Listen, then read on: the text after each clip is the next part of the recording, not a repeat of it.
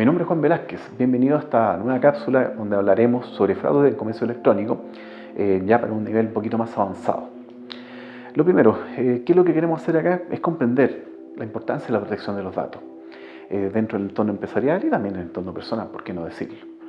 Bueno, el fraude como tal es una acción maliciosa en la cual una persona estafa a otra persona, haciéndole creer que está vendiendo un producto o servicio, haciéndole creer que está realizando una acción que finalmente no se desarrolla. Lo clásico en esto es que hay transacciones de dinero y el estafador termina con un dinero o algún bien o servicio en su poder que le fue sustraído justamente al estafado. En comercio electrónico, esencialmente estamos hablando de sustracción de información, sustracción de datos que permiten a este estafador electrónico, a las personas que están cometiendo el fraude, extraer información valiosa para, por ejemplo, suplantar a la persona, sacar datos para la tarjeta de crédito, sustraer dinero, etcétera, etcétera, etcétera. Entonces, ¿por qué es tan complejo este asunto? Porque, bueno, la gente que está comprando artículos, productos, servicios a través del comercio electrónico, si se ve vulnerado a través del fraude, bueno, deja de comprar. Y todo lo que, por mucha tecnología que tengamos detrás de nuestros sistemas, bueno, la gente no compra y se acabó el negocio. Entonces, ¿de qué tenemos que, de alguna manera, defendernos? Defendernos de los ataques que ocurren a través de los medios electrónicos o ciberataques, como que se le denominan, donde hay una serie de características, elementos que están ahí, como por ejemplo podría ser denegación de servicio, que nuestra página web no esté en línea cuando la gente quiere comprar, que se introduzca algún tipo de virus que nos causa algún problema dentro de la red, o algún tipo de programa que haga cosas maliciosas, o que nos llegue un correo electrónico fraudulento diciendo esto proviene de tal institución, pero que no era la institución, y nos haga ir a una página web que es una copia, que se parece justamente a la página web institucional de alguna empresa, pero que no es justamente parte de la empresa y nos sustraiga información valiosa. Digamos que a nivel de las instituciones que en Chile están viendo todos estos temas, la Asociación de Bancos, ha sacado unos cuantos cálculos respecto de los problemas que han habido justamente en fraude electrónico. En 2017 hubo como más de 5.000 fraudes electrónicos. La PDI justamente ha detectado que ha habido un aumento bastante considerable de fraude electrónico. Y bueno, Chile es uno de los países que más cae dentro de las estafas virtuales, el phishing que decíamos hace un ratito atrás con respecto a que los usuarios vayan a dar a páginas web que representan instituciones inexistentes o que son copias de instituciones existentes para luego sustraer datos. Y bueno, la problemática está creciendo. Entonces, las empresas tienen que tener presente estos problemas porque esto afecta directamente el negocio. Entonces, bueno, ¿qué hay detrás de un ataque? Esencialmente se trata de vulnerar los computadores, los dispositivos como las tablets, los smartphones, los teléfonos inteligentes, a través de elementos tales como un virus o un malware, es decir, un software que haga cosas malas con eso. También se trata de atacar directamente al usuario, o sea, estafar al usuario con un ataque, por ejemplo, no que no necesariamente el criminal podría obtener los datos a través de un medio electrónico. Típicamente las estafas telefónicas, donde hay un tercero que llama a una persona, le dice que es otra persona, que es su padre, su hijo, no sé, y extrae datos que son de importancia. O sea, ahí no hubo, ¿no es cierto?, una transacción electrónica, simplemente una conversación.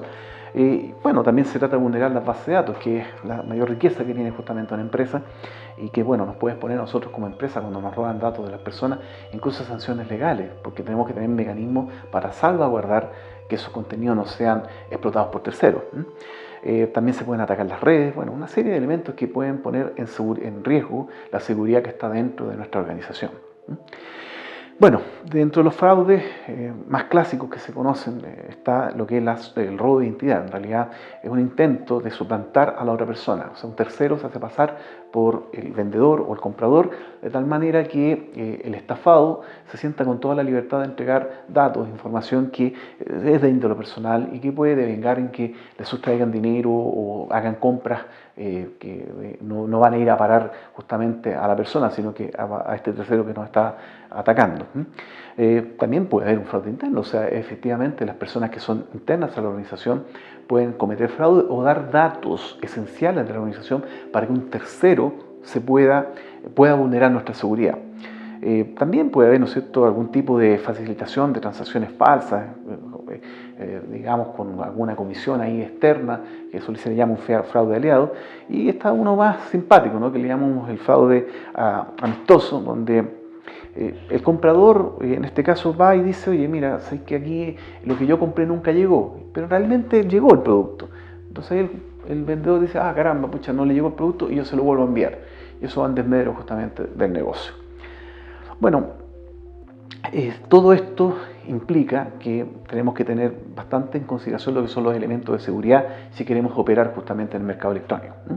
Entonces, en seguridad, bueno, todos quisiéramos proteger todos los elementos dentro de la empresa, pero evidentemente eso no es posible porque hay distintos niveles de severidad y hay distintos niveles de riesgo y amenaza. Entonces eso se tiene que de alguna manera priorizar, porque si nos ponemos a proteger todos, los costos son tan altos que a veces el remedio es peor que la enfermedad.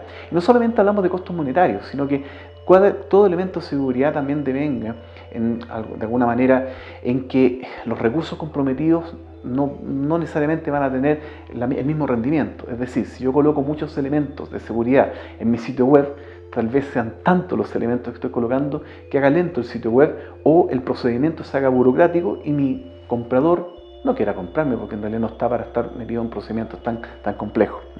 Entonces, dentro de esto, tenemos que tener presente lo que es la autenticación, es decir, medidas que nos permitan a nosotros decir tal persona es quien dice ser, ¿ya? Y evidentemente esto después va a tener algún tipo de autorización para que realice digamos, la transacción, y detrás de esto también tiene que haber un no repudio, es decir, si ya se realizó la operación, los participantes, tanto el vendedor como el comprador, después no pueden desentenderse de que aquí efectivamente hubo una transacción. ¿Ya? Entonces, todo esto después se puede resumir en algún tipo de estrategia o protocolo de defensa, ¿ya? De defensa que considera la prevención y la preparación ante un posible riesgo, una amenaza. Por lo tanto, tiene que haber evidentemente un monitoreo constante de lo que está ocurriendo. Hay una respuesta inicial y obviamente tiene que haber un plan B. ¿Ya? Por ejemplo, el clásico plan B es mantener un respaldo de toda la data, de todos los sistemas, de todas las aplicaciones, porque si son vulneradas, bueno, por lo menos tengo un respaldo que me permite poner esto rápidamente en línea. ¿Ya? Detrás de estos elementos están también la detección temprana de lo que son las posibles vulneraciones, los intrusos, y bueno, el plan B. El plan B, cuando ya que ocurrió el problema, ¿qué es lo que hago? ¿Cómo minimizo, cómo limito, cómo hago cero o disminuyo el problema que se me acaba de generar por alguna vulnerabilidad? Bueno, dentro de esta defensa, de esta ciberdefensa, hay que identificar algunos elementos que son claves. ¿Ya? Por ejemplo, ¿qué vamos a proteger? ¿Qué accesos vamos a proteger? ¿Qué información, qué datos vamos a proteger? ¿Qué cosas vamos a proteger dentro de la red? ¿Qué computadores? ¿Qué dispositivos? ¿Ah? ¿Cuáles van a ser los protocolos de control para que el acceso sea protegido? ¿Ya? Y evidentemente, ¿cómo le hago yo para establecer, qué sé yo, algún tipo de enseñanza a las personas que participan dentro de la empresa? Porque no saco mucho teniendo la mejor política de seguridad si los participantes, es decir, las personas que conforman la empresa, no la siguen. ¿Ah? Entonces, no saco mucho yo teniendo todos los antivirus, qué sé yo, teniendo todos los sistemas de seguridad a la entrada de nuestro sistema, si la gente se va a conectar a través de su smartphone, utilizándolo como si fuera un router para poder, digamos, establecer alguna comunicación hacia afuera. Entonces, el tema personas, recursos humanos, es muy importante. Entonces, protegemos los accesos, protegemos la información, tenemos control de todos estos elementos, ¿de acuerdo? Y para eso, claro, o sea, ya no basta simplemente con establecer una clave de acceso. Ya las comunicaciones tienen que empezar a otro nivel, comunicaciones que estén criptosegurizadas, es decir, de punta a punta, vaya encriptada la información, de tal forma que si un tercero detecta los datos que se están enviando, no puede entender lo que están dentro de esos datos, y menos modificar lo que está dentro de esos datos. Entonces, sobre eso se ha trabajado bastante. Hay varios elementos que permiten criptosegurizar justamente una conversación.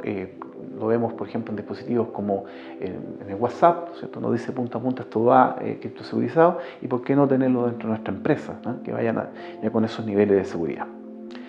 Bueno, esta defensa se han desarrollado varias tecnologías que son habilitantes, que permiten justamente establecer estas barreras. Están los clásicos firewall, es decir, un computador, y más que un computador, es un software que lo que hace es emular un software interno a la organización para que el atacante crea que se está conversando con el software verdadero. Es decir, yo emulo el correo electrónico que está dentro de mi organización y el atacante me está mandando sus correos electrónicos, yo los reviso, puedo denegarlo, pero si no era un atacante, sino que era una persona que estaba mandando un correo electrónico correcto, digo correcto, esto está bien, por lo tanto ahí se lo paso directamente al verdadero correo electrónico que tengo dentro de la empresa. Entonces sirve como una especie de barrera, por algo se le llama cortafuegos, ¿no?, en la traducción literal. Bueno, también se establecen algunos elementos como para la detección de intrusos, ¿no es cierto? Cuando alguien se mete a nuestra red y no está autorizado, ¿ya?, para poder dar una alerta temprana de que está ocurriendo una actividad que es sospechosa, y así una serie de elementos más que nos permiten segurizar lo que es nuestra red interna.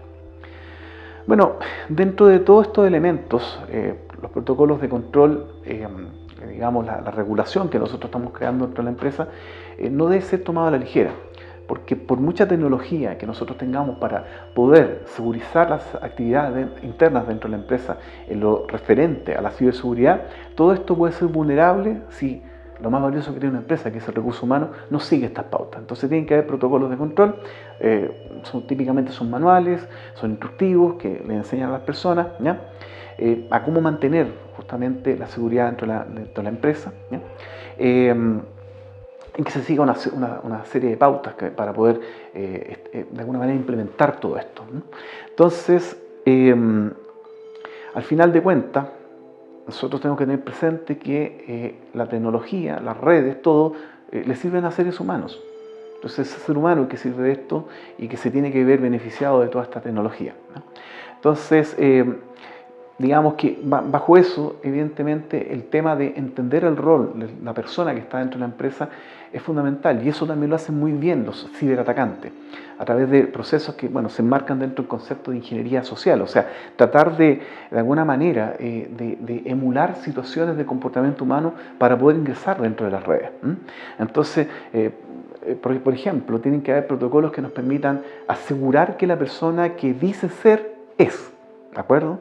Y para eso, bueno, existe una serie de elementos que nos permiten autenticar, no sé, que alguna huella digital, o qué sé yo, alguna palabra clave, o que algunas preguntas para poder saber quién dice ser. Porque, bueno, nuestro ciberatacante va a estar tratando de emular comportamientos que se supone son dentro de la empresa, de personas que están en la empresa, para poder establecer algún tipo de vulneración. Bueno, se ha escrito mucho sobre este tema. Lo importante a dejar en claro es que estamos inmersos en una red pública de datos como es Internet, ¿ya? E incluso más, si no estuviésemos en una red pública de datos, si fuera una red privada de datos, los conceptos de seguridad totalmente se aplican, porque no solamente está el enemigo externo, el atacante externo, también está el atacante interno, que puede vulnerar nuestros sistemas, que puede vulnerar los datos y que nos puede hacer algún tipo de daño. Entonces, para usar los beneficios del comercio electrónico, los beneficios de estar conectado a una red pública de datos, tenemos que tener presente que también hay que manejar ciertos niveles de seguridad, de protección, de control de las amenazas. Bueno, eso es todo por hoy. Espero que los conceptos compartidos hayan sido de su agrado, y nos veremos en otra próxima cápsula. Gracias.